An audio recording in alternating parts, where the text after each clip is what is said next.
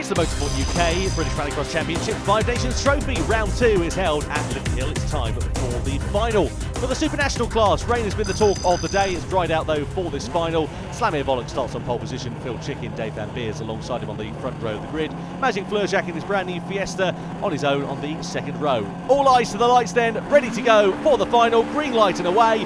Great start from Slamir Bollock off a pole position in his BMW M3. He gets the drag down towards the first corner. Dave Van Beers looks like he got the jump also on Phil Chicken. Indeed he did. And Magic Fleurjack has had a torrid day so far with all sorts of dramas with his Fiesta just circulating there in P4. You can see just how rutted it is and how much water and moisture there still is on the dirt on the part of Talladega before you enter the jump. Drivers have really been struggling with that all over the course of the day, especially when it was wet earlier on. Now it's dried out, it's a little bit better, but still visibility has been at a premium for these drivers. Meanwhile, Slamir Bollock backs his way into the North Bend hairpin. A nice commanding advantage he has over Dave Van Beers in his Clio.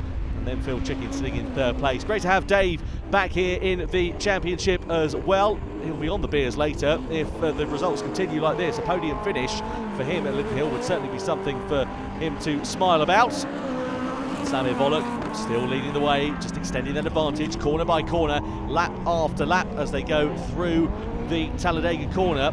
And you can see that newly banked, reprofiled circuit, which came into play last year after Nitro Rallycross entered the foray at Lydden Hill, and we had the jump addition added in. It's proven to be very popular amongst the drivers, and it really does add a few different characteristics to this Lydden Hill circuit. Gone is of course the Chester Drift, which used to tighten as you went round it. It was incredibly tricky to make an overtake stick through there. As a result, it's now a real overtaking opportunity into that Talladega, and of course it gives the fans something to smile about when they see the cars going airborne over the jump. But the mud has really been absolutely torrid so far today.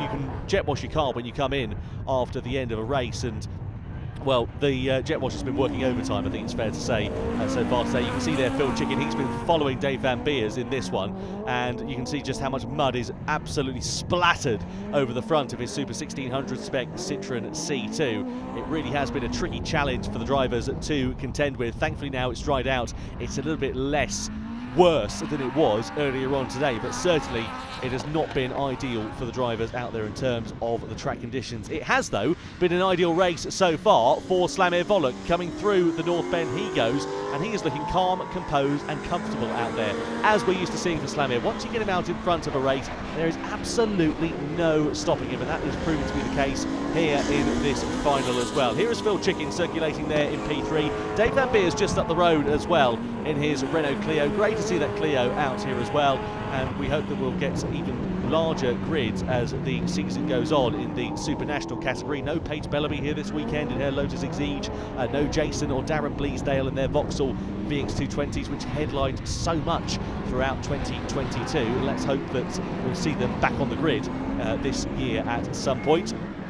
Just a note as well, I was talking about the mud, but also the tarmac is really dusty and really slick, especially as you come off of the jump and into the Devil's Elbow. You can see a load of dirt being kicked up on the inside. It's just been pulled off of the jump where drivers have come off of there at speed, pulled it off of the racing line, and it's just sitting on the inside, which just kind of removes what could have been a potential overtaking opportunity into that corner, because you have to go so much one at a time through there, because if you try to go for the inside line, you kick up some gravel, you're going to run out of grip and then possibly end up clattering into the driver in front of you, or worse, you'll end up spinning round and ruining your own race. Slamir Bollock still leads the way. Dave Van Beers doing a good job there in second position. You can see the difference in driving style. The rear-wheel drive BMW M3 versus the front-wheel drive Renault Clio requires a very different style of driving. You can see Slamir here backing the car into the corners, getting the car rotated and sideways, using the power of that BMW M3 to try and turn it, whereas Dave is having to get the front of the car hooked in, then get on the power. Of course, you've got the front wheels doing the steering, the brakes and the turning in a front wheel drive machine, whereas of course you've only got to do the steering and the brakes in a rear wheel drive car, so you just have to adapt your driving style that little bit more. And it's also a bit counterintuitive as well. When you end up in a slide, of course, in a rear wheel drive car, you'd end up feathering the power. Slamir Bollock just going into the Joker lap here. It's going to be mightily close actually to Dave Van Beers, but Bollock does emerge ahead as they start the last lap of the race, so Bollock with not too much to worry about. And in terms of, just going back to my earlier thoughts about the front-wheel drive cars, of course, you have to get the power down and try and feather it a little bit lighter. But if you get yourself into a slide, you've just got to completely gas the thing and get onto the power, because if you don't, you will loop it round. And it's so easy to spin in a front-wheel drive car if you get the balance all out of whack. Here is Phil Chicken, still circulating in third place. Been a great drive from him so far in this Supernational final. Just making his way through Talladega on this last lap, over the jump. Getting it airborne as well. There is Slamir Volok doing a fantastic job, as he has done throughout the final. Dave Van Beers has really tried to put the pressure on to Slamir, but it's not quite been the answer that he would have been hoping for. Into the Joker on the last lap for Dave Van Beers as well, as Slamir Volok comes across the timing line to win the Supernational final here at Lydden Hill, followed by Dave Van Beers. Another podium for him on the board in second place at the checkered flag, and it is going to be the British driver Phil Chicken who will come home in third place as he comes around the Joker lap, sliding his way through there and having a spin, actually, Phil Chicken there as well. So this could not only cost him time, but possibly places here too. Let's see whether he makes it to the checkered flag, but not the end to the race that Phil Chicken would have been hoping for, as he manages to just creep his way through. And hopefully he's not damaged the car too much there, but he's certainly not circulating at the pace he would have liked. I think he's struggling to get some drive in that Citroen.